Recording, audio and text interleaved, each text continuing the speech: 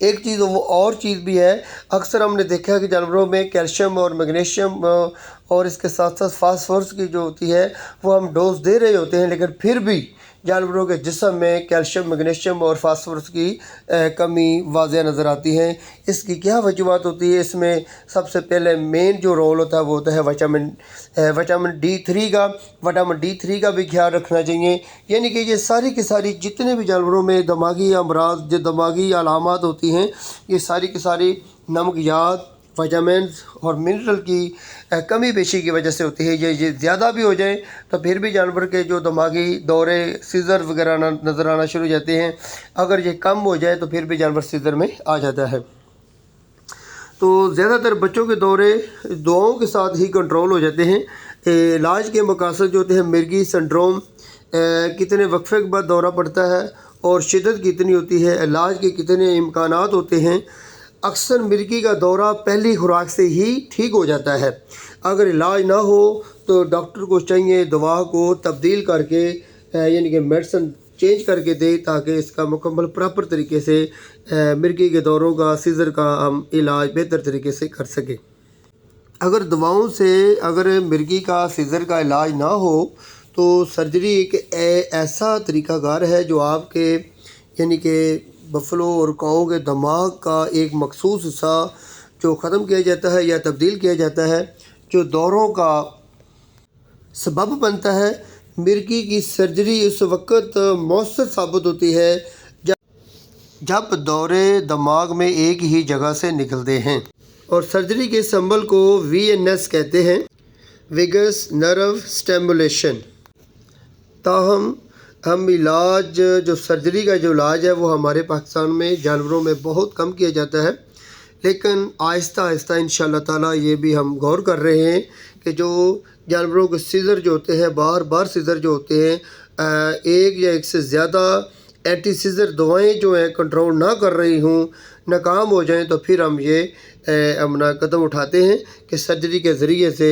جانور کا جو علاج کیا جا سکے۔ لیکن اب تو ہم نے بھی نہیں کیا، لیکن ہم یہ سوچ رہے ہیں کہ اگر کوئی جانور ایسا آئے جس کی ہم نے برین کی جو سرجری ہے وہ بھی انشاءاللہ تعالیٰ بہتر طریقے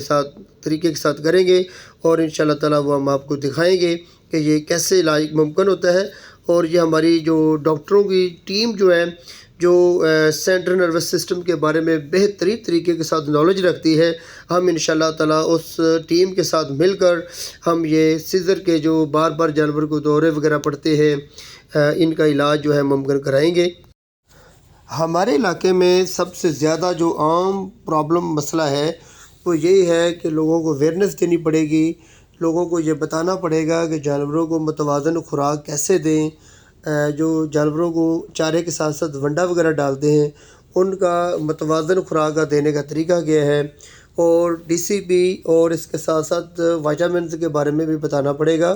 اس کے ساتھ ساتھ وائٹ نمک کے بارے میں بتانا پڑے گا، اور ٹاکسن بائنڈر کے طور پر بھی بتانا پڑے گا کہ ٹاکسن بائنڈر جو ہے یہ کتنا اہم ہو چکا ہے کہ ہمارے جانوروں کی قیمتی جانوں کو بچانے کے لیے، ہمارا بہت زیادہ مالی نقصان کو بچانے کے لیے ہم ٹاکسن بائنڈر کے بارے میں ضرور آگاہی دیں۔ اور اس کے ساتھ ساتھ اگر ٹاکسن بائنڈر نہیں لوگ یوز کرنا چاہتے تو sodium by carbonate, soda by carb جس کو ہم کہتے ہیں، اس کے بارے میں اویئرنیس دیں کہ سوڈا بائی کارب ہی جانوروں کو یوز کروائیں۔ بڑے جانوروں میں کم از کم 50 گرام ڈیلی ایک دن میں خوراک دینی چاہیے، اور زیادہ تر چھوٹے بچے جو ہوتے ہیں ان میں 2 سے 5 گرام، اور جو بالکل 1 سے 2 منتھ کے ہوتے ہیں ان کو تقریباً 1 گرام تک بھی دے سکتے ہیں، جس سے جانوروں میں اکثر ہم نے دیکھا ہے کہ یہ جو پرابلم ہوتی ہے نظر نہیں آتی۔ یہ دیکھو، یہ گوڈ ہے، گوڈ کو یہ اوپر کی طرف دیکھ رہی ہے اور اپنے سر کو بار ہلا رہی ہے، تو یہ سٹار گزنگ، اور اس کے ساتھ ساتھ یہ منہ سے جاگ بھی نکال رہی ہے، جس سے یہ ثابت ہو رہا ہے یہ کہ برین کی انفیکشن ہے۔ اور یہ جتنی بھی انفیکشن ہوتے ہیں، برین انفیکشن جو ہوتے ہیں، میننجائٹس ہوتے ہیں، اور اس کے ساتھ ساتھ برین ٹیومر کی وجوہات بھی ہو سکتی ہے، یا پھر چوٹ لگنے کی وجہ سے بھی ہو سکتی ہے، دماغ میں کسی طریقے سے کوئی ڈنڈا وغیرہ لگنے کی وجہ سے بھی ہو سکتا ہے۔ اور یہ میننجائٹس جو ہوتی ہے، دماغ کی جھلیوں کی سوزش، اور یہ بیکٹیریل انفیکشن کی وجہ سے بھی ہو سکتی ہے، جس کا ہم علاج جو کرتے ہیں اس کے ساتھ ساتھ اینٹی بائیوٹک دیتے ہیں، اچھی کوالٹی کے اینٹی بائیوٹک دیتے ہیں، جس میں 3rd جنریشن اینٹی بائیوٹکس کا یوز کرتے ہیں، اور دماغی سکون کے لیے پروڈکٹ یوز کرتے ہیں، اور اس کے ساتھ ساتھ تھایامین کا یوز کرتے ہیں۔ یہ دیکھو یہ بھینس ہے، یہ بھی بہت زیادہ ہائی ٹمپریچر کی وجہ سے یہ گر چکی ہے۔ حالانکہ یہ ہائی ٹمپریچر کی وجہ سے اب جو گری ہے تو یہ اپنی ٹانگیں باہر نکال چکی ہے اور اپنا دماغ کا توازن جو ہے بالکل برقرار نہیں رکھ رہی ہے۔ تو جب اس کا ٹمپریچر نارمل ہوا ہے تو یہ بھینس اپنی ٹانگوں پہ کھڑی ہو چکی ہے، لیکن پھر بھی یہ اپنی توازن کو قائم نہ رکھ سکی، کیونکہ اس کی آنکھوں کی بینائی جو ہے وہ بھی کم پڑ گئی ہے، جس سے یہ آہستہ آہستہ اگر اس کا علاج جاری رکھیں گے تو یہ مکمل کمپلیٹ طور پر ٹھیک ہو جائے گی۔ تو چھوٹے جانور جو ہوتے ہیں، کیٹس وغیرہ، ڈاگز وغیرہ، ان کو بے قابو جب حالت مرگی کی ہو جاتی ہے تو اس میں سوڈیم پینٹو باربیٹل یوز کیا جاتا ہے، اور خاص طور پر جب یہ کنٹرول سے باہر ہو جائیں تو پھر ہم یوز کرتے ہیں، اور ڈیزیپم اور فینو باربیٹول ناکام ہو جائیں تو پھر ہم پینٹو باربیٹول کی جو خوراک ہے 2 سے 15 ملی گرام پر کلو گرام جسمانی وزن کے حساب سے یوز کر سکتے ہیں۔ بینزوڈائزیپام، کلونازیپام، لورازیپام اور میٹازوپام، یہ ساری کی ساری جو پروڈکٹ ہے بے قابو جب مرگی کا دورہ کنٹرول سے باہر ہو جائے تو ہم یہ یوز کرتے ہیں۔ بینزوڈائزیپام اور کلونازیپام کی ڈوز جو ہوتی ہے یہ ہے 0.2 سے 0.5 ملی گرام پر کلو گرام جسمانی وزن کے حساب سے آپ آئی وی دے سکتے ہیں، اور لورازیپام 0.2 ملی گرام پر کلو گرام، اور اس کے ساتھ ساتھ میٹازوپام یہ ہے 0.2 ملی گرام پر کلو گرام آئی وی ہر 4 سے 6 گھنٹے کے بعد آپ نے یہ عمل دہراتے رہنا ہے، جس سے یہ آپ کے جانوروں میں جو مرگی کا دورہ ہوتا ہے، سیزر جو ہوتے ہیں وہ کنٹرول ہونا شروع ہو جاتے ہیں۔ اب ہم بات کریں گے رومینیٹ، جو جگالی کرنے والے جانور ہوتے ہیں، ان کے سیزرز کو ہم کیسے کنٹرول کرتے ہیں، ان کے جو دورے پڑنا یہ کس طریقے سے پہلے یہ کنٹرول کرنا پڑتا ہے کہ جانور کس وجہ سے رومینیٹ جو ہوتے ہیں وہ کس وجہ سے یہ دورے پڑ رہے ہیں۔ باہر کا جانور کو فوری طور پر ریلیف دینے کے لیے جو ہم پروڈکٹ یوز کرتے ہیں وہ ہم آپ کے سامنے رکھیں۔ ڈیزیپام جو ہوتی ہے وہ 0.5 سے 1.5 ملی gram per kilo gram I am دیتے ہیں، یا آئی وی استعمال کیا جا سکتا ہے۔ بھیڑوں اور بکریوں میں 20 کلو گرام سے 30 کلو گرام پر ملی گرام پر پینٹو باربیٹول کو آئی وی استعمال کیا جاتا ہے۔ بینزوڈائزیپائنز 12% کلورلہائڈ اور 6% میگنیشیم سلفیٹ کا مرکب، جس کی شرح 30 ملی لیٹر فی منٹ سے زیادہ نہ ہو، ضرورت سے زیادہ افسردگی سے بچنے کے لیے، یا پھر 44 سے 88 5 ملی گرام پر کلو گرام گیفنسین، اور 2.2 سے 6.6 ملی گرام پر کلو گرام تھایامائل کا مرکب آئی وی کو اثر انداز ہونے کے لیے دیا گیا ہے۔ زہریلے مادوں یا نشے کے منفی اثر مثلاً زائلزین کی وجہ سے دوروں والے گھوڑوں کا علاج 0.15 سے 0.1 ڈیزیپام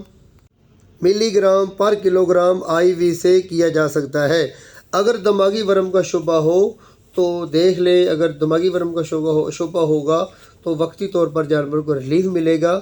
ادروائز مکمل کمپلیٹ طور پر جانور ٹھیک نہیں ہوگا۔ مختلف جانوروں میں سیزرز کا علاج، دوروں کا علاج فینوٹائن کے ساتھ 5 سے 10 ملی گرام پر کلو گرام آئی وی یا پی او کے ساتھ شروع کیا جا سکتا ہے۔ بعد میں 1 سے 5 ملی گرام پر کلو گرام آئی وی یا آئی ایم یا پی او پر 2 سے 4 گھنٹے میں 12 گھنٹوں کے لیے، اور بعد میں آپ یعنی کہ اورلی طور پر بھی فینوٹائن کھلا سکتے ہیں۔ ٹیبلٹ کی شکل میں بھی یہ اویلیبل مارکیٹ میں ملتی ہے۔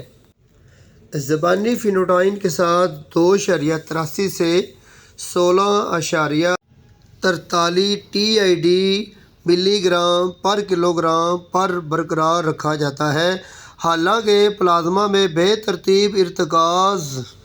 آفدیت کو محدود کر سکتا ہے، مسکن دوا ہونے کی صورت میں خوراک کو کم کرنے کی ضرورت پڑ سکتی ہے۔ یہ جو میں نے علاج آپ کے سامنے ترتیب کے ساتھ رکھا ہے، یہ صرف اور صرف آپ جانور کے دوروں کو سیزر کو ختم کرنے کے لیے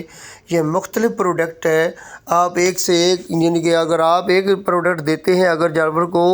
ریلیف نہیں مل رہا ہے تو آپ دوسری پروڈکٹ دے سکتے ہیں، اور ڈوزز کے مطابق جو میں نے بتایا ہے، آپ جانور کو انتھیزیا دینا چاہتے ہیں، انتھیزیا کی کتنی خوراک ہونی چاہیے، اور کوشش کریں کہ جانور کو اوور ڈوزز نہ دیں۔ پہلے جانور کو بالکل سلو ڈوز دیں، ہلکی ڈوز دیں۔ ہلکی ڈوز سے اگر جانور ریلیف نہیں مل رہا تو پھر تھوڑی سی ریلیف دے۔ زیادہ مسکن دوائی یعنی کہ نشہ آور دوائیات جو ہوتی ہے وہ ہر جانور کو مختلف ڈوزز ہوتی ہے، جانور کے حساب سے ہوتی ہیں، وزن کے حساب سے ہوتی ہیں۔ بعض دفعہ جانور جو ہوتے ہیں، ہم نے دیکھا ہے کہ بعض دفعہ جانور جو ہوتے ہیں ہلکی سی ڈوزز میں ہی جانور ریلیف لے لیتے ہیں۔ بعض دفعہ ایسے ہوتا ہے کہ جانور کو 4 گنا ڈوزز بھی دی جاتی ہے، لیکن پھر بھی جانور کو مسکن یعنی کہ سکون آور دوائیات فائدہ نہیں کرتی ہے۔ تو آپ جانور کو سلو ڈوزز سے شروع کریں اور جانور کو تھوڑا سا ٹائم دیتے جائیں، اور ٹائم کے حساب سے جانور کا آپ ترتیب سے علاج کرتے رہیں، اور اس کے ساتھ ساتھ دوروں کو کور کرتے کرتے یہ بھی دیکھتے رہیں یہ کس وجہ سے جانوروں کو یعنی کہ سیزرز آ رہے ہیں، اس کی وجہ کو بھی کنٹرول کریں۔ اگر کیلشیم کی کمی سے یعنی کہ جس کو ہم کہتے ہیں ہائپو کیلسیمیا کی وجہ سے آ رہے ہیں، تو وہ ہائپو کیلسیمیا کا ہی علاج کریں گے تو آپ کو مسکن اور نشہ آور دوائیاں دینے کی ضرورت نہیں پڑے گی۔ اگر آپ کو میگنیشیم سلفیٹ کی ڈیفیشنسی کی وجہ سے آپ کو محسوس ہو رہا ہے کہ جانوروں میں سیزر آ رہے ہیں، تو آپ اس میں تو ظاہر ہے کہ جانور جو ہوتا ہے بے قابو ہو جاتا ہے۔ اس میں جانور کو آپ ریلیف دیں گے، دماغی سکون کے لیے پروڈکٹ دیں گے، اور میگنیشیم سلفیٹ کی خاص جو مقدار ہے اس کے حساب سے آپ دیتے رہیں، اور بعد میں جانور کو میگنیشیم سلفیٹ کی ٹکیاں اور ٹیبلٹس وغیرہ کا یوز کرتے رہیں۔ کوشش کریں کہ فیڈ بلاک کا یوز کر رہے، فیڈ بلاک میں بلیک سالٹ بھی آ جاتا ہے، میگنیشیم سلفیٹ بھی آ جاتا ہے، میگنیشیم سلفیٹ کے ساتھ ساتھ کیلشیم اور فاسفورس کا بھی سالٹ جو ہوتا ہے وہ آ جاتا ہے، جس سے جانوروں میں یعنی کہ یہ بڑے جو اہم منرل ہوتے ہیں ان کی ڈیفیشنسی کا سامنا نہیں ہوتا، اور یہ جانور کور طور پر بہتر طور پر جانور کا علاج ہونے میں آسانی ہو جاتی ہے۔